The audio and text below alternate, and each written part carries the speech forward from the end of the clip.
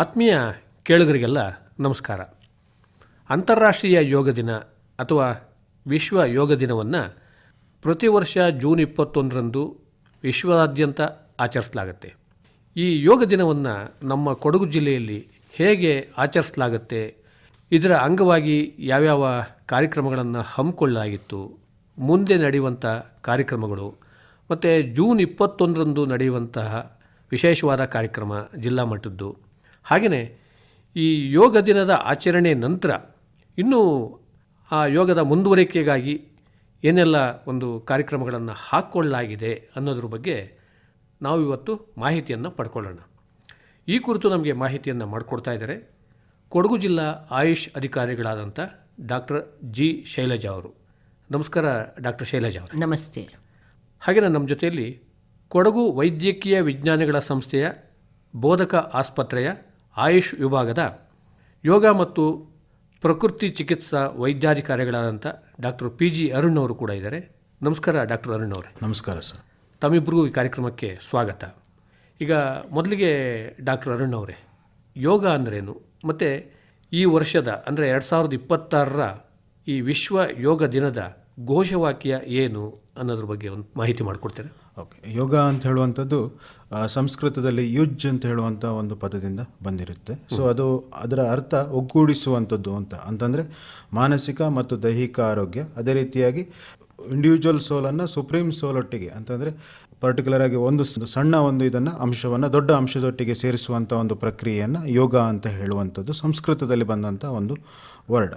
So ಅದೇ ರೀತಿಯಾಗಿ 12ನೇ ಅಂತಾರಾಷ್ಟ್ರೀಯ ಯೋಗ ದಿನಾಚರಣೆಯ ಧ್ಯೇಯವಾಕ್ಯ ಏನು ಅಂತಂದರೆ ಯೋಗ ಫಾರ್ ಹೆಲ್ದಿ ಏಜಿಂಗ್ ಅಂತ ಹೇಳ್ತಾರೆ. So yoga for healthy ageing ಅಂದರೆ ಏನಕ್ಕೆ ಅಂತಂದರೆ ಈಗಿನ ಒಂದು ಒತ್ತಡದ ಜೀವನ ಶೈಲಿ, ಅದೇ ರೀತಿಯಾಗಿ ಅನ್ಹೆಲ್ದಿ ಡಯಟ್ ಹ್ಯಾಬಿಟ್ಸ್ಗಳು, ಅದೇ ರೀತಿಯಾಗಿ ಬೇರೆ ಬೇರೆ ಕಾರಣಗಳಿಂದ ಈಗದ ಒಂದು ಯೂತ್ತಲ್ಲಿ ಆರೋಗ್ಯ ಅಂತ ಹೇಳುವಂಥದ್ದು ಸ್ವಲ್ಪ ದೂರ ಆಗಿ ಹೋಗಿದೆ. ಸೊ ಆ ಒಂದು ಉದ್ದೇಶವನ್ನು ಇಟ್ಕೊಂಡು ಈಗದ ಒಂದು ಯಂಗ್ ಜನ್ರೇಷನ್ ಯಾವ ಥರ ನಮ್ಮ ವೃದ್ಧಾಪ್ಯವನ್ನು ಹೆಲ್ದಿಯಾಗಿ ತಗೊಂಡು ಹೋಗಬೇಕು ಅಂತ ಹೇಳುವಂಥ ಉದ್ದೇಶದೊಂದಿಗೆ ಈ ಸತ್ಯ ಯೋಗ ದಿನಾಚರಣೆ ಒಂದು ಧ್ಯೇಯವಾಕ್ಯ ಅಂತ ಹೇಳುವಂಥದ್ದು ಯೋಗ ಫಾರ್ ಹೆಲ್ದಿ ಏಜಿಂಗ್ ಅಂತ ಹೇಳುವಂಥ ಒಂದು ಉದ್ದೇಶವನ್ನು ಇಟ್ಕೊಂಡು ಆರೋಗ್ಯಕರ ವೃದ್ಧಾಪ್ಯಕ್ಕಾಗಿ ಉತ್ತಮ ಯೋಗಾಭ್ಯಾಸ ಅಂತ ಹೇಳುವಂಥ ಒಂದು ಧ್ಯೇಯವಾಕ್ಯವನ್ನು ಈ ಸತ್ಯ 12ನೇ ಅಂತಾರಾಷ್ಟ್ರೀಯ ಯೋಗ ದಿನಾಚರಣೆಗೆ ಇಟ್ಕೊಂಡಿದ್ದಾರೆ.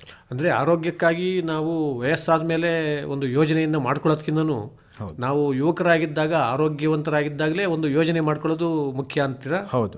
ಯಾಕಂತಂದರೆ ಈಗ 60 ಕಳೆದ ಮೇಲೆ ಏನಾಗುತ್ತೆ ಅಂದರೆ ನಮ್ಮ ದೇಹ ಯಾವ ಥರ ಬೆಂಡ್ ಆಗಬೇಕು ಅಂತ ಹೇಳುವಂಥದ್ದು ಬೆಂಡ್ ಮಾಡಲಿಕ್ಕೆ ಆಗೋದಿಲ್ಲ. ಸೊ ಅಂಥ ಒಂದು ಸಂದರ್ಭದಲ್ಲಿ ಈಗ ಒಂದು ವರ್ಡ್ ಇದೆ. ಸೊ ಅಂದರೆ ಈಗದ ಒಂದು ಜನ್ರೇಷನ್ಗೆ ಯಾವ ಥರ ಒಂದು ಆರೋಗ್ಯ ಬೇಕು ಅಂತ ಹೇಳಿದರೆ ಹೆಚ್ಚು ವಿಶ್ರಾಂತಿಗಿಂತ ಅವರಿಗೆ ಮಸಲ್ ಸ್ಟ್ರೆಂತ್ ಅಥವಾ ಮಸಲ್ ಫ್ಲೆಕ್ಸಿಬಿಲಿಟಿ ಅಂತ ಹೇಳುವಂಥದ್ದು ಅವರಿಗೆ ತುಂಬ ಅಗತ್ಯ ಇದೆ ಅಂತ ಹೇಳುವಂಥದ್ದು ಈಗದ ಒಂದು ಕಾನ್ಸೆಪ್ಟ್. ಸೊ ಹಾಗಾಗಿ ನಾವು ಏನು ಮಾಡ್ತೀವಿ ಅಂತಂದರೆ ಯೋಗವನ್ನು ದೈನಂದಿನ ಜೀವನದಲ್ಲಿ ಅಳವಡಿಸಿಕೊಂಡು ಅದೇ ರೀತಿಯಾಗಿ ಯೋಗವನ್ನು ದಿನಾಲೂ ಅಭ್ಯಾಸವನ್ನು ಮಾಡೋದರಿಂದ ಅವರಿಗೆ ಆರೋಗ್ಯಕರವಾಗಿ ವೃದ್ಧಾಪ್ಯವನ್ನು ಕಾಣಬಹುದು ಅಂತ ಹೇಳುವಂಥ ಒಂದು ಉದ್ದೇಶವನ್ನು ಇಟ್ಕೊಂಡು ಈ ಸತ್ಯ ಒಂದು ಧ್ಯೇಯವಾಕ್ಯವನ್ನು ಇಟ್ಕೊಂಡು ಯೋಗಾಭ್ಯಾಸವನ್ನು ನಾವು ಕೊಡಗು ಜಿಲ್ಲೆಯಲ್ಲಿ ಅಭ್ಯಾಸವನ್ನು ಮಾಡ್ತಾ ಇದ್ದೇವೆ. ಈಗ ಡಾಕ್ಟರ್ ಶೈಲಜಾ ಅವರೇ, ಮುಖ್ಯವಾಗಿ ವಿಶ್ವ ಯೋಗ ದಿನಕ್ಕೆ ಮುನ್ನುಡಿಯಾಗಿ ಕೊಡಗು ಜಿಲ್ಲೆಯಲ್ಲಿ ಯಾವ್ಯಾವ ಕಾರ್ಯಕ್ರಮಗಳನ್ನು ಹಮ್ಮಿಕೊಂಡಿದ್ರಿ? ನಮ್ಮಲ್ಲಿ ಎಲ್ಲ GAD ಅಂದರೆ ಆಯುಷ್ ಆರೋಗ್ಯ ಮಂದಿರ ಅಂತ ಹೇಳಿ 7 ಕಡೆ ಆಯುಷ್ ಆರೋಗ್ಯ ಮಂದಿರ ಇದೆ. ಮಡಿಕೇರಿ ತಾಲೂಕಲ್ಲಿ 3 ಕಡೆ ಇದೆ, ಅರಪಟ್ಟು, ಪಾರಾಣೆ ಮತ್ತು ಕರಿಕೆ. ಎಲ್ಲ ಕಡೆಯೂ ನಮ್ಮಲ್ಲಿ ಯೋಗ ಇನ್ಸ್ಟ್ರಕ್ಟರ್ಸ್ ಅಂತ ಹೇಳಿ 2 ಯೋಗ ಇನ್ಸ್ಟ್ರಕ್ಟರ್ಸ್ನ ಗೌರ್ಮೆಂಟ್ ನಮಗೆ ಕೊಟ್ಟಿದ್ದಾರೆ. ಅದೇ ಥರ ಶ್ರೀಮಂಗಲ ಅಂತ ವಿರಾಜಪೇಟೆ ತಾಲೂಕಲ್ಲಿದೆ. ಹಾಗೆ ಸೋಮಾರ್ಪೇಟೆಯಲ್ಲಿ ತೊರೆನೂರು ಮತ್ತು ಬೆಸೂರು ಅಂತ ಹೇಳುವಲ್ಲಿ. ಸೊ ಎಲ್ಲ ಕಡೆ 2 ಯೋಗ ಇನ್ಸ್ಟ್ರಕ್ಟರ್ಸ್ ಇಟ್ಕೊಂಡು ಅವ್ರುಗಳು ಏನು ಮಾಡಬೇಕು ಅಂದರೆ ಎಲ್ಲ ಸ್ಕೂಲ್ಸ್ಗಳಿಗೆ, ಕಾಲೇಜಸ್, ಆಮೇಲೆ ಹಾಸ್ಟೆಲ್ಸ್ ಇಂಥ ಕಡೆಗೆ ಹೋಗಿ ಯೋಗಾಭ್ಯಾಸ ಮಾಡಬೇಕು. ಅದು ಹೇಗೆ ಅಂದರೆ ವೈಬ್ರೇಕ್ ಅಂತ ಹೇಳುವಂಥ ಒಂದು 15 ನಿಮಿಷದ ಯೋಗ. ಯಾಕದು ಮಾಡಬೇಕು ಅಂತಂದರೆ ಕೆಲಸ ಮಾಡ್ಕೊಂಡು ದಣದಿರ್ತಾರೆ, ಅವರಿಗೆ ಪೀಸ್ ಇರೋದಿಲ್ಲ, ಅಂದರೆ ಬರೀ ಕೆಲಸದ ಒತ್ತಡನೇ ಜಾಸ್ತಿ ಇರುತ್ತೆ. ಅದರಿಂದಾಗಿ ಈಗ BP, ಶುಗರ್ ಎಲ್ಲವೂ ಸ್ಟಾರ್ಟ್ ಆಗ್ತಾ ಇದೆ.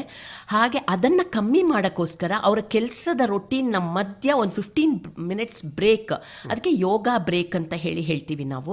ಅದನ್ನು ಮಾಡಿಸಿ ಅಲ್ಲಿರುವಂಥ ವೈದ್ಯಾಧಿಕಾರಿಗಳು ಅಲ್ಲಿಗೆ ಹೋಗ್ತಾರೆ. ಒಂದು ಆರೋಗ್ಯದ ಬಗ್ಗೆ ಒಂದು ಹೆಲ್ತ್ ಟಾಕು ಕೊಡ್ತಾರೆ ಅವರಿಗೆ. ಅಂದರೆ ಅದು ಯಾಕೆ ಮಾಡಬೇಕು, ಯೋಗ ಅಂದರೆ ಏನು, ಆಯುರ್ವೇದದ ಬಗ್ಗೆನೂ ಟಾಕ್ ಕೊಡ್ತಾರೆ. ಸೊ ಇದೆಲ್ಲವನ್ನು ಸೇರಿ ನಾವು ಈ ವೈಬ್ರೇಕ್ ಅಂತ ಹೇಳಿ ಇಷ್ಟು ದಿನಗಳು ನಾವು ಮಾಡ್ತೀವಿ. ಆಮೇಲೆ ಅದಲ್ಲದೆ ಹ್ಯಾಬಿಟ್ ಯೋಗ ಅಂತ ಹೇಳಿ ಒಂದು ಲಿಂಕ್ ಕಳಿಸಿದ್ದಾರೆ ನಮ್ಮಲ್ಲಿ, ಸೆಂಟ್ರಲ್ಲಿಂದಾನೇ ಬಂದಂಥ ಒಂದು ಲಿಂಕ್, ಅದು ಹ್ಯಾಬಿಟ್ ಯೋಗ ಅಂತ. ಅದು ಎಲ್ಲ ಪೇಪರ್ಗಳಲ್ಲಿಯೂ ಕೊಟ್ಟಿದ್ದೇವೆ ನಾವು ಆ ಲಿಂಕನ್ನು. ಅದನ್ನು ಸೆಂಟ್ರಲ್ಲಿಂದಾನೇ ಒಂದಿಷ್ಟು ಟೈಮಿಂಗ್ಸ್ 6 ಇಂದ 7 to 8 to 9 ಹಾಗೆ 3 ಸೆಷನ್ಸ್ ಮಾರ್ನಿಂಗ್, ಈವ್ನಿಂಗು 3 ಸೆಷನ್ಸ್ ಮಾಡಿಬಿಟ್ಟು ಅದಕ್ಕೊಂದು ಸರ್ಟಿಫಿಕೇಟನ್ನು ಕೊಡ್ತಾ ಇದ್ದಾರೆ. ಪ್ರತಿದಿನ ಈಸಿಯಾಗಿ ಯಾವ ರೀತಿ ನಾವು ಯೋಗ ಮಾಡ್ಬೋದು, ಒಂದು ಶ್ವಾಸಕೋಶಕ್ಕೆ ಸಂಬಂಧಪಟ್ಟ ಹಾಗೆ ಪ್ರಾಣಾಯಾಮ ಹೇಗೆ ಮಾಡೋದು, ಪ್ರತಿಯೊಂದು ಅದರಲ್ಲಿ ಹೇಳ್ಕೊಡ್ತಾ ಇದ್ದಾರೆ. 1 ಅವರ್ದು ಡೈಲಿ ಸೆಷನ್, ಅದು 14 ಡೇಸ್ ಆನ್ಲೈನ್ ಸೆಷನ್ ಆಗ್ತಾ ಇದೆ, ಈಗಲೂ ನಡೀತಾ ಇದೆ. ಅದು 21ನೇ ತಾರೀಕುವರೆಗೆ ನಾವು ಈ ಹ್ಯಾಬಿಟ್ ಯೋಗ ಮಾಡ್ತೀವಿ. ಅದಲ್ಲದೆ ನಮ್ಮಲ್ಲಿಂದ ಈ ಯೋಗ ಇನ್ಸ್ಟ್ರಕ್ಟರ್ಸ್ ಹೋಗಿ ಅವ್ರ ಹತ್ರ ರಿಕ್ವೆಸ್ಟ್ ಮಾಡಿ, ಸ್ಕೂಲ್ಸ್ ಕಾಲೇಜಸ್ ಎಲ್ಲ ಹೇಳಿದೆ ನಾನು, ಪೊಲೀಸ್ ಸ್ಟೇಷನ್, ಬ್ಯಾಂಕ್ ಎಲ್ಲ ಕಡೆ ಹೋಗಿ, ಪಂಚಾಯತ್ ಲೆವೆಲಲ್ಲಿ ಹೋಗಿ ಅವ್ರ ಹತ್ರ ರಿಕ್ವೆಸ್ಟ್ ಮಾಡ್ಕೊಂಡು 15 ಮಿನಿಟ್ಸ್ ಯೋಗ ಮಾಡಿ ಬರ್ತೀವಿ. ಇದಿಷ್ಟು ನಾವು ಹಮ್ಮಿಕೊಂಡಿರುವಂಥ ಪ್ರೋಗ್ರಾಮ್ಸ್. ಅಂದರೆ 15 ನಿಮಿಷದಲ್ಲಿ ಏನೇನು ಅವ್ರಿಗೆ, ಅಂದರೆ ಸಿಂಪಲ್ ಆಗಿ ಕೂತಲ್ಲಿಗೆ ನಾವು ಯಾವ ರೀತಿ ಎಕ್ಸಸೈಸ್ ಯೋಗ ಮಾಡ್ಬೋದು ಅನ್ನೋದನ್ನು ಹೇಳಿಕೊಡುವಂಥದ್ದು ವೈಬ್ರೇಕ್ ಅಂತ ಹೇಳೋದು. ಅದನ್ನು ಯೋಗದ ಬೋಧಕರು ಮಾಡ್ತಾರೆ. ಖಂಡಿತ. ತಾವು 7 ಕೇಂದ್ರಗಳಿದಾವೆ ಅಂತ ಹೇಳಿದ್ರು, ಆ ಕೇಂದ್ರಗಳ ಬೋಧಕರು. ಹೌದು. ಅದಲ್ಲದೆ ನಮ್ಮಲ್ಲಿ ಬೇರೆ ಕಡೆಯಿಂದವೂ ಈಗ ತಾಲೂಕು ಹಾಸ್ಪಿಟಲ್ಸ್ 4 ಕಡೆ ಈ ಆಯುಷ್ ಆರೋಗ್ಯ ಮಂದಿರ ಇಲ್ಲ, ಅಲ್ಲಿದು ಡಾಕ್ಟರ್ಸು ಹಾಸ್ಟೆಲ್ಸಿಗೆ ಹೋಗಿ ಅವರು ಕೂಡ ಈ ರೀತಿ ಕ್ಲಾಸಸ್ ತೆಕ್ಕೊಂಡು, ಟ್ಯೂಟರ್ಸ್ ಇರ್ತಾರೆ ಬೇರೆ ಕಡೆಯಿಂದ, ಅವರನ್ನು ಪ್ರೈವೇಟಾಗಿ ಕರೆದು ಅವ್ರ ಹತ್ರ ಮಾಡಿಸ್ತಾ ಇದ್ದಾರೆ ಈಗ ಮಕ್ಕಳಿಗೆ. ಸೊ ಇದಿಷ್ಟು ನಾವು ಕೊಡಗು ಜಿಲ್ಲೆಯಲ್ಲಿ ನಾವು ಮಾಡ್ತಾ ಇರುವಂಥ ಕಾರ್ಯಕ್ರಮಗಳು. ಇದು ನಡೀತಾ ಇದೆ ಈಗ. ಇದಲ್ದಲ್ಲಿ ಇನ್ನೇನೇನು ಮಾಡ್ತೀರಾ ಸಾರ್ವಜನಿಕರಲ್ಲಿ ಅರಿವನ್ನು ಮೂಡಿಸೋದಕ್ಕೆ? ಮಾಡಿದ್ದೀರಾ, ಮಾಡಬೇಕು ಅಂದ್ಕೊಂಡಿದ್ದೀರಾ? ಸಾರ್ವಜನಿಕರಲ್ಲಿ ಈಗಾಗಲೇ ಏನಂತಂದರೆ ವೈಬ್ರೇಕ್ ಅಂತ ಹೇಳುವಂಥದ್ದು ಅದರ ಬಗ್ಗೆ ಹೇಳಿದ್ವಿ. ಅದೇ ರೀತಿಯಾಗಿ ಆನ್ಲೈನ್ ಯೋಗ ಅಂತ ಹೇಳುವಂಥದ್ದು. ಸೊ ಅಂತಂದರೆ ಈಗ ಪರ್ಟಿಕ್ಯುಲರ್ ಆಗಿ ನಾವೊಂದು ಹ್ಯಾಬಿಟ್ ಬಿಲ್ಡ್ ಅಂತ ಹೇಳುವಂಥ ಒಂದು ಸಂಸ್ಥೆಯವರು ನಮಗೆ ಆನ್ಲೈನ್ ಮುಖಾಂತರ ಯೋಗವನ್ನು ಕಲಿಸ್ಕೊಡುವಂಥ ಪ್ರಯತ್ನವನ್ನು ಕೂಡ ಮಾಡ್ತಾ ಇದ್ದಾರೆ. ಅದೇ ರೀತಿಯಾಗಿ ಕೊಡಗು ಜಿಲ್ಲೆಯಲ್ಲಿ ನಾವೀಗ ಆಲ್ರೆಡಿ 4,500 to 6,000 ತನಕ ಜನ ಮಕ್ಕಳು ಮತ್ತು ಹಿರಿಯರು ಎಲ್ಲರನ್ನು ಕೂಡ ರೀಚ್ ಆಗಬೇಕು ಅಂತ ಹೇಳುವಂಥ ಪ್ಲ್ಯಾನನ್ನು ಮಾಡಿಕೊಂಡು ಯೋಗ ಇನ್ಸ್ಟ್ರಕ್ಟರ್ಗಳ ಮುಖಾಂತರ ಅವರಿಗೆ ಪ್ರತಿದಿನ, ಅಂದರೆ ಈಗ ಪರ್ಟಿಕ್ಯುಲರ್ ಆಗಿ ಯಾರು ಇಂಟ್ರೆಸ್ಟೆಡ್ ಇದ್ದಾರೆ ಅವರಿಗೆ ಹೋಗಿ ಒಂದು 15 ನಿಮಿಷದ ಯೋಗ ಕ್ಲಾಸನ್ನು ಕೊಡುವಂಥದ್ದು, 15ರಿಂದ 3/4 ಗಂಟೆ ಅಷ್ಟು. ಅದರೊಟ್ಟಿಗೆ ಅವರಿಗೆ ಹೆಲ್ತ್ ಟಾಕನ್ನು ಕೊಡುವಂಥ ಪ್ರಯತ್ನವನ್ನು ಮಾಡ್ತಿದ್ದೇವೆ.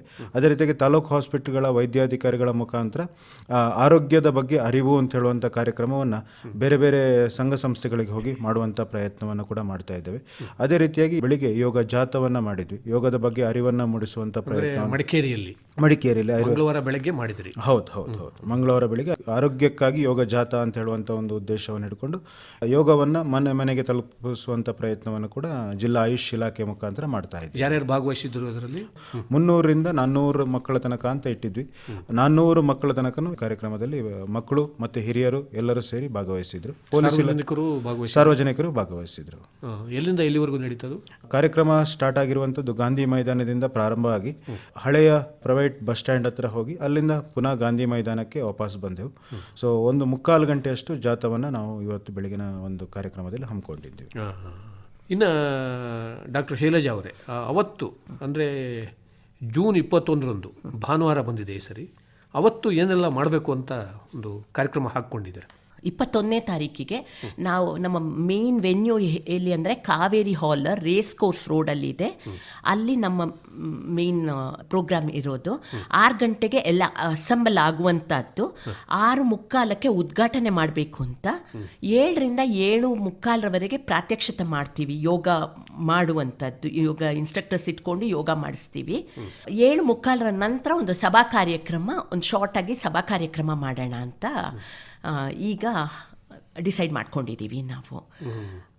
ಮತ್ತು ಆಯುಷ್ ವಿಭಾಗಗಳು ಮತ್ತು ಆಸ್ಪತ್ರೆಗಳೆಲ್ಲ ಇದ್ದಾವೆ ಈಗ ತಾಲೂಕು ಮಟ್ಟದಲ್ಲೂ, ಅಲ್ಲೂ ಏನೇನಾದರೂ ವಿಶೇಷ ಕಾರ್ಯಕ್ರಮಗಳು ನಡೀತಾ ಇದ್ದಾವೆ? ಆಯುಷ್ ವಿಭಾಗ ಮತ್ತು ಆಯುಷ್ ಆಸ್ಪತ್ರೆಗಳಲ್ಲಿ ಈಗ ನಾನು ಹೇಳಿದಾಗೆ ಆಲ್ರೆಡಿ ನಾವೇನು ಮಾಡಿದ್ದೀವಿ ಅಂತಂದರೆ ವೈದ್ಯಾಧಿಕಾರಿಗಳಿಗೆ ನಾವು ಪ್ರತಿಯೊಬ್ಬ ವೈದ್ಯಾಧಿಕಾರಿಗಳು ಇಷ್ಟು ಜನರನ್ನು ರೀಚ್ ಆಗಬೇಕು ಅಂತ ಹೇಳುವಂಥ ಒಂದು ಗೋಲನ್ನು ಕೊಟ್ಟಿದ್ದೀವಿ. ಯೋಗ ಇನ್ಸ್ಟ್ರಕ್ಟರ್ಗಳು ಮಿನಿಮಮ್ ಟು ಒಬ್ಬ ಯೋಗ ಇನ್ಸ್ಟ್ರಕ್ಟರ್ 700 ಜನ ವಿದ್ಯಾರ್ಥಿಗಳು, ಹಿರಿಯರು ಮತ್ತು ಎಲ್ಲರನ್ನ ಮೀಟ್ ಆಗಿ ಅವರ ಒಂದು ಆರೋಗ್ಯದ ಬಗ್ಗೆ ಅವರಿಗೆ ಅರಿವನ್ನು ಮೂಡಿಸುವಂಥದ್ದು. ಅದೇ ರೀತಿಯಾಗಿ ಅವರ ಒಂದು ಡಾಟಾವನ್ನು ಕಲೆಕ್ಟ್ ಮಾಡಿ ಮುಂದೆ ಆಯುಷ್ ಪದ್ಧತಿಯನ್ನು ಉಪಯೋಗಿಸೋದಕ್ಕೆ ಅವರಿಗೆ ಉತ್ತೇಜನವನ್ನು ಕೊಡುವಂಥ ಪ್ರಯತ್ನವನ್ನು ಕೂಡ ಮಾಡುತ್ತಿದ್ದೇವೆ. ಅದರೊಟ್ಟಿಗೆ ಅವರಿಗೆ ಯೋಗವನ್ನು ಅಭ್ಯಾಸ ಮಾಡುವಂಥದ್ದು ಕೂಡ ಅವರಿಗೆ ಪ್ರತಿನಿತ್ಯದಲ್ಲಿ ಹೇಳ್ಕೊಡ್ತಾ ಇದ್ದೇವೆ. ಸೊ ಮುಂದಿನ ದಿನಗಳಲ್ಲಿ ಕೂಡ ಅದನ್ನು ಅಭ್ಯಾಸ ಮಾಡ್ಕೊಂಡು ಹೋಗ್ತಾರೆ ಅಂತ ಹೇಳುವಂಥ ಒಂದು ಭರವಸೆಯನ್ನು ಆಯುಷ್ ಇಲಾಖೆ ಕೊಡ್ತಾ ಇದೆ. ಈಗ ಜೂನ್ 21ರಂದು ಡಾಕ್ಟರ್ ಶೈಲಜಾ ಅವರೇ, ಅಲ್ಲಿ ಯೋಗ ಪ್ರದರ್ಶನ ಇದೆಲ್ಲ ಇರುತ್ತೆ, ಸಾಮೂಹಿಕ ಯೋಗ ಇದೆಲ್ಲಾದರೂ ಯೋಗ ಇನ್ಸ್ಟ್ರಕ್ಟರ್ಸ್ ಮೂಲಕ ನಾವು ಯೋಗ ಮಾಡಿಸ್ತೇವೆ. ಬಂದವರು ಮಾಡ್ತಾರೆ. ಸ್ಕೌಟ್ಸ್ ಆ್ಯಂಡ್ ಗೈಡ್ಸ್ನವರು ಸ್ಕೂಲ್ DDPI ಅವರನ್ನು ಮೀಟ್ ಆಗಿದ್ವಿ. ಅವರು ನಾವು ಮಕ್ಕಳನ್ನು ಕಳಿಸ್ತೀವಿ ಅಂತ ಹೇಳಿದ್ದಾರೆ. ಹಾಗಾಗಿ ಒಂದು ಎಕ್ಸ್ಪೆಕ್ಟೇಷನ್, ಸಾಧಾರಣ 1,000 ಜನದ ಎಕ್ಸ್ಪೆಕ್ಟೇಷನ್ ನಮ್ಮಲ್ಲಿ ಇದೆ ಈಗ. ಹಾಗಾಗಿ ಪ್ರತಿ ವರ್ಷದಂತೆ ಈ ವರ್ಷ ಕೂಡ ಅಷ್ಟು ಜನ ಸೇರಿ ಒಗ್ಗೂಡಿ ಎಲ್ಲ ಸಂಘ ಸಂಸ್ಥೆಗಳು, ಜಿಲ್ಲಾಡಳಿತ ಎಲ್ಲ ಸೇರಿ ನಾವು ಮಾಡುವಂಥ ಈ ಕಾರ್ಯಕ್ರಮ.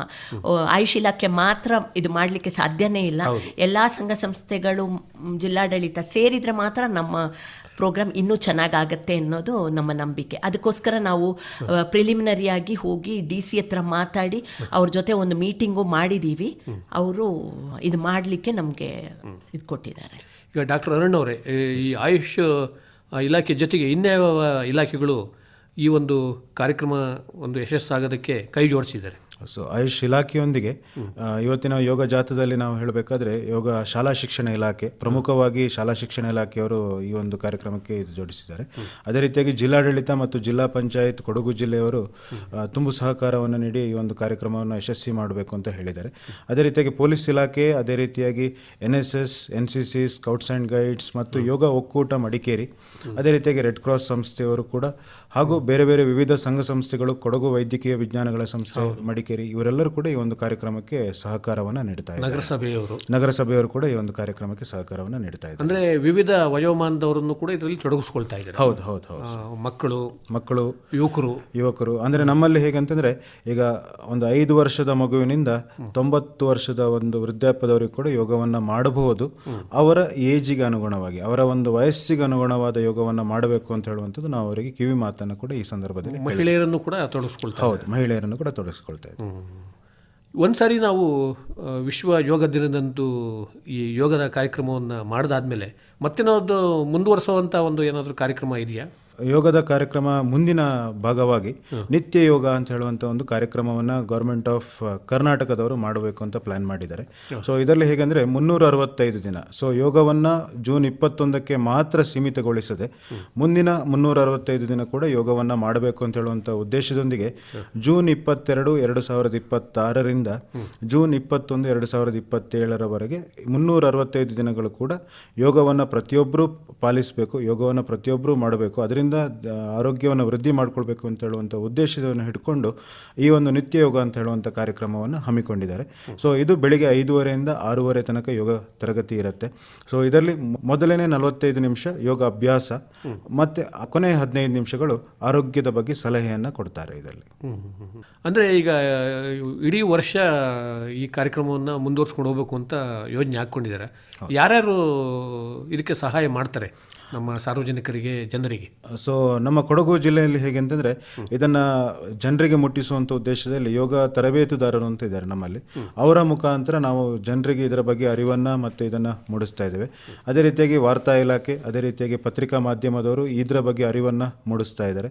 ಸೊ ಅವರೆಲ್ಲರ ಮುಖಾಂತರ ನಾವೊಂದು ಜನರಿಗೆ ರೀಚ್ ಆಗುವಂಥ ಪ್ರಯತ್ನವನ್ನು ಮಾಡಿ ಆ ಒಂದು ನಿತ್ಯ ಯೋಗ ಅಂತ ಹೇಳುವಂಥ ಒಂದು ಕಾನ್ಸೆಪ್ಟನ್ನು ಆಯುಷ್ ಇಲಾಖೆ ಕರ್ನಾಟಕ ಸರ್ಕಾರದಿಂದ ಏನು ಕೊಟ್ಟಿದ್ದಾರೆ ಆ ಕಾನ್ಸೆಪ್ಟನ್ನು ಕೊಡಗು ಜಿಲ್ಲೆಯಲ್ಲಿ ಕೂಡ ಸಕ್ಸಸ್ಫುಲ್ ಮಾಡಬೇಕು ಅಂತ ಹೇಳುವಂಥ ಪ್ರಯತ್ನವನ್ನು ಮಾಡ್ತಾ ಇದ್ದೇವೆ. ಅಂದರೆ ಈ ಕಾರ್ಯಕ್ರಮಗಳು ಎಲ್ಲೆಲ್ಲಿ ನಡೀತವೆ ಅಂತೀರಿ? ಅಂದರೆ ಆನ್ಲೈನ್ ಮುಖಾಂತರ ನಡೆಯುವಂಥದ್ದು.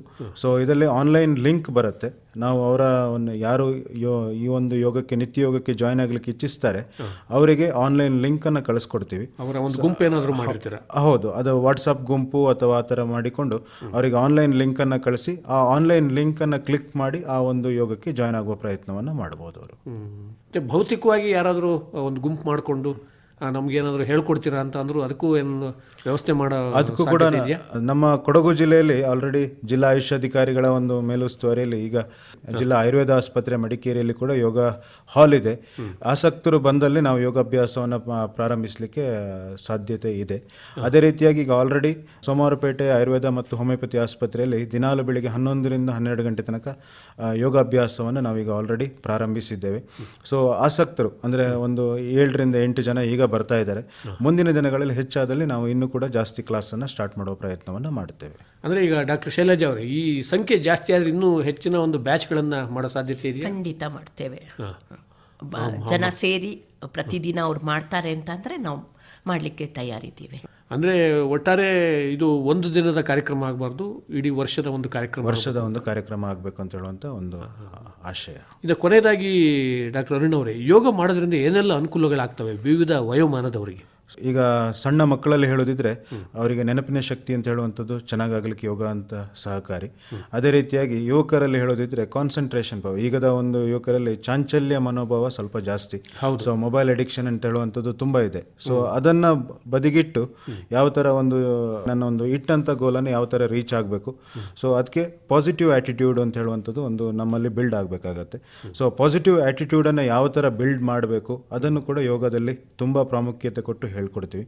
ಅದೇ ರೀತಿಯಾಗಿ ದೈಹಿಕ ಮತ್ತು ಮಾನಸಿಕ ಆರೋಗ್ಯ. ಸೊ ಈಗ ದೈಹಿಕ ಆರೋಗ್ಯ ಅಂತ ಹೇಳಿದರೆ ಶಾರೀರಿಕವಾಗಿ ನೋಡುವಂಥ ಆರೋಗ್ಯ, ಅದೇ ರೀತಿಯಾಗಿ ಮಾನಸಿಕವಾಗಿ ಯಾವ ಥರ ಒಬ್ಬ ಮನುಷ್ಯ ಆರೋಗ್ಯವಾಗಿರಬೇಕು ಅದರ ಬಗ್ಗೆ ಕೂಡ ಯೋಗದಲ್ಲಿ ಅರಿವು ಇರುತ್ತೆ. ಸೊ ಹಾಗಾಗಿ ಯುವಕರಲ್ಲಿ ಕೂಡ ಈ ಒಂದು ಕಾರ್ಯಕ್ರಮ ಅತ್ಯಂತ ಉಪಯೋಗ ಆಗುತ್ತೆ. ಅದೇ ರೀತಿಯಾಗಿ ವೃದ್ಧಾಪ್ಯದಲ್ಲಿ ಹೇಗೆ ಅಂತಂದರೆ ಈಗ ಯಾವುದೇ ರೀತಿಯ ಫ್ಲೆಕ್ಸಿಬಿಲಿಟಿ ಅಥವಾ ಮಸಲ್ ಸ್ಟ್ರೆಂತ್ ಅಂತ ಇಂಥ ಕಂಡೀಷನ್ಗಳಲ್ಲಿ ಯೋಗ ತುಂಬ ಸಹಕಾರಿಯಾಗುತ್ತೆ. ಈಗ ಫ್ಲೆಕ್ಸಿಬಿಲಿಟಿ ಅಂತ ಹೇಳಿದರೆ ಅವರಿಗೆ ಒಂದು ವೃದ್ಧಾಪ್ಯದ ಜೀವನದಲ್ಲಿ ಅವರಿಗೆ ಅವರ ಕೆಲಸಗಳನ್ನು ತನ್ನಿಂದ ತಾನಾಗೆ ಮಾಡ್ಕೊಳ್ಳುವಂಥ ಒಂದು ಸಾಮರ್ಥ್ಯ. ಅದೇ ರೀತಿಯಾಗಿ ಮಸಲ್ ಸ್ಟ್ರೆಂತ್. ಸೊ ಈಗ ಬೆನ್ನು ನೋವು ಬರುವಂಥದ್ದು, ಕಾಲು ನೋವು ಬರುವಂಥದ್ದು, ಮಂಡಿ ನೋವು ಬರುವಂಥದ್ದು ಇಂಥದ್ದು ಸರ್ವೇ ಸಾಮಾನ್ಯ ಇರುತ್ತೆ. ಸೊ ಅಂಥ ಕಂಡೀಷನ್ಗಳಿಗೂ ಕೂಡ ಯೋಗ ತುಂಬ ಸಹಕಾರಿ ಆಗುತ್ತೆ. ಸೊ ಹೀಗಾಗಿ ಯೋಗವನ್ನು ಸಣ್ಣ ಮಕ್ಕಳಿಂದ ಹಿಡಿದು ವೃದ್ಧಾಪ್ಯದ ತನಕ ಎಲ್ಲರೂ ಮಾಡಬಹುದು ಅಂತ ಹೇಳುವಂಥದ್ದು ಈ ಒಂದು ಸಂದರ್ಭದಲ್ಲಿ ಕಿವಿ ಮಾತು. ಮತ್ತು ಪ್ರಾಣಾಯಾಮನೂ ಕೂಡ ಬಹಳ ಮುಖ್ಯವಾಗಿ ವಯಸ್ಸಾದವರು ಮಾಡಬಹುದು ಅಂತ. ಈಗ ಬ್ರೀದಿಂಗ್ ಎಕ್ಸಸೈಸ್ ಇದೆ, ಬ್ರೀದಿಂಗ್ ಪರ್ಟಿಕ್ಯುಲರ್ ಆಗಿ ಪ್ರಾಣಾಯಾಮಗಳ ಅಭ್ಯಾಸ ಇದೆ. ಪ್ರಾಣಾಯಾಮದಲ್ಲಿ ಬೇರೆ ಬೇರೆ ರೀತಿಯ ಪ್ರಾಣಾಯಾಮಗಳನ್ನು ಅಭ್ಯಾಸ ಮಾಡ್ಬೋದು. ಸೊ ಅಂಥ ಅಭ್ಯಾಸಗಳನ್ನು ಕೂತಲ್ಲೇ ಮಾಡುವಂಥ ಅಭ್ಯಾಸಗಳನ್ನು ಕೂಡ ಮಾಡ್ಬೋದು. ಸೊ ವೃದ್ಧಾಪ್ಯದಲ್ಲಿ ಈಗ ನಿಂತು ಮಾಡಲಿಕ್ಕಾಗೋದಿಲ್ಲ, ಕೆಳಗೆ ಕೂತು ಮಾಡಲಿಕ್ಕಾಗೋದಿಲ್ಲ ಅಂಥವರಿಗೆ ಚೇರ್ ಯೋಗ ಅಂತ ಇದೆ. ಸೊ ಚೇರಲ್ಲಿ ಕೂತು ಅವರಿಗೆ ಅದೇ ಆಸನಗಳನ್ನು ಚೇರಲ್ಲಿ ಕೂತು ಸುಲಭವಾಗಿ ಮಾಡುವಂಥ ಪ್ರಯತ್ನವನ್ನು ಕೂಡ ಮಾಡಬಹುದು. ಸೊ ಇಂಥದ್ದೆಲ್ಲ ಅಭ್ಯಾಸಗಳನ್ನು ನಾವು ಅವರಿಗೆ ಹೇಳ್ಕೊಡುವಂಥ ಪ್ರಯತ್ನವನ್ನು ಕೂಡ ಮಾಡ್ತೀವಿ. ಮತ್ತು ನಮ್ಮ ಈ ಕೊಡಗು ವೈದ್ಯಕೀಯ ವಿಜ್ಞಾನಗಳ ಜಿಲ್ಲಾ ಆಸ್ಪತ್ರೆ ಇದೆ, ಮತ್ತು ಇಲ್ಲಿ ಮಹಾವಿದ್ಯಾಲಯ ಕೂಡ ಇದೆ. ಅದರ ಅಂಗವಾಗೂ ಕೂಡ ಏನಾದರೂ ಕಾರ್ಯಕ್ರಮಗಳನ್ನು ಮಾಡ್ತೀರಾ? ಸೊ ಕೊಡಗು ವೈದ್ಯಕೀಯ ವಿಜ್ಞಾನಗಳ ಸಂಸ್ಥೆಯಿಂದ ರಾಜೀವ್ ಗಾಂಧಿ ಯೂನಿವರ್ಸಿಟಿ ಅಂತ ಅದರ ಅಂಡರಲ್ಲಿ MBBS ಮಕ್ಕಳಿಗೆ, ಅದೇ ರೀತಿಯಾಗಿ ನರ್ಸಿಂಗ್ ಮಕ್ಕಳಿಗೆ ಅವರಿಗೆ ಒಂದು ಯೋಗವನ್ನು ಕಲಿಸ್ಕೊಡುವಂಥ ಪ್ರಯತ್ನವನ್ನು ಕೂಡ ನಾವು ಈ ಸತಿ ಮಾಡ್ತಾ ಇದ್ದೇವೆ. ಸೊ ಅದು ಕೂಡ ಸಕ್ಸಸ್ಫುಲ್ ಆಗಿ ನಡೀತಾ ಇದೆ ಸರ್. ಈ ಸಂದರ್ಭದಲ್ಲಿ ಡಾಕ್ಟರ್ ಶೈಲಜಾ ಅವರೇ ಏನು ಹೇಳೋದಕ್ಕೆ ಬಯಸ್ತೀರಾ ನಮ್ಮ ಸಾರ್ವಜನಿಕರಿಗೆ, ಕೇಳುಗರಿಗೆ? ಪ್ರತಿಯೊಬ್ಬರು ಯೋಗ ಮಾಡಿ ಒಳ್ಳೆ ಆರೋಗ್ಯಕರವಾಗಿ ಇದ್ದು, ಅದೇ ಹೆಲ್ದಿ ಏಜಿಂಗ್ ಅಂತ ಏನು ಘೋಷವಾಕ್ಯ ಇದೆ ಅದನ್ನು ಮುಪ್ಪನ್ನು ಚೆನ್ನಾಗಿ ಹೆಲ್ದಿಯಾಗಿ ಪಡೆಯೋಕ್ಕೋಸ್ಕರ ಪ್ರತಿದಿನ ಯೋಗ ಮಾಡಿ. ಹೆಚ್ಚಿನವ್ರಿಗೂ ನಿದ್ರೆ ಕಮ್ಮಿ ಇರುತ್ತೆ, ಸ್ಟ್ರೆಸ್ ಲೆವೆಲ್ ಜಾಸ್ತಿ ಇರುತ್ತೆ. ಇದನ್ನೆಲ್ಲ ಹೋಗಲಾಡ್ಸೋಕ್ಕೆ ಯೋಗ ಮಾಡಿ. ಪ್ರತಿಯೊಬ್ಬರು 21ನೇ ತಾರೀಕು ಆದಿತ್ಯವಾರ ಬಂದಿದೆ, ಆದರೂ ಕೂಡ ರಜೆ ಅಲ್ವಾ ಅಂತ ಹೇಳಿ ಇದು ಮಾಡ್ಕೊಳ್ಳದೆ ಖಂಡಿತವಾಗಿಯೂ ಕಾವೇರಿ ಹಾಲಿಗೆ ಬನ್ನಿ. ಮಡಿಕೇರಿಯಲ್ಲೇ ಇರೋರು ಖಂಡಿತವಾಗಿ ಬಂದು ಭಾಗವಹಿಸಿ, ನಿಮ್ಮ ಮಕ್ಕಳನ್ನು ಕರ್ಕೊಂಡು ಬನ್ನಿ. ಎಲ್ಲರೂ ನಮ್ಮ ಕಾರ್ಯಕ್ರಮನ ಯಶಸ್ಸುಗೊಳಿಸೋಕ್ಕೆ ಸಹಕಾರ ಕೊಡಿ. ಈ ಒಂದು ಸಂದರ್ಭದಲ್ಲಿ ಎಲ್ಲ ಕೊಡಗು ಜಿಲ್ಲೆಯವರಿಗೆ, ಅದೇ ರೀತಿಯಾಗಿ ಕೊಡಗು ಜಿಲ್ಲೆಯಲ್ಲಿರುವಂಥ ವಾಸಿಸಿರುವಂಥ ಪ್ರತಿಯೊಬ್ಬರಿಗೂ ಜಿಲ್ಲಾ ಆಯುಷ್ ಇಲಾಖೆ ಮುಖಾಂತರ ಕೇಳ್ಕೊಳ್ಳೋದೇನೆಂದರೆ ಜೂನ್ 21ರ ಕಾರ್ಯಕ್ರಮವನ್ನು ಯಶಸ್ವಿಗೊಳಿಸಬೇಕು.